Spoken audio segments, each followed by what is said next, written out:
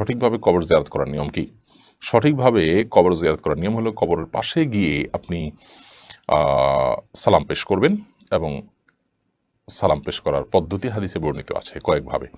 আসসালামু আলাইকুম আহলাদ দিয়ার মিনাল মুমিনিন ওয়াল মুসলিমিন ওয়া ইন্না ইনশাআল্লাহু বিকুম লাহিকুন আসসালাল্লাহু লানা ওয়া লাকুমুল আফিয়া। আবার বলছি, আসসালামু আলাইকুম আহলাদ দিয়ার মিনাল মুমিনিন ওয়াল মুসলিমিন ওয়া ইন্না ইনশাআল্লাহু বিকুম লাহিকুন আসসালাল্লাহু লানা ওয়া লাকুমুল আফিয়া বা নাসআল্লাহু লানা ওয়া লাকুমুল আফিয়া, একই অর্থ দাঁড়াবে।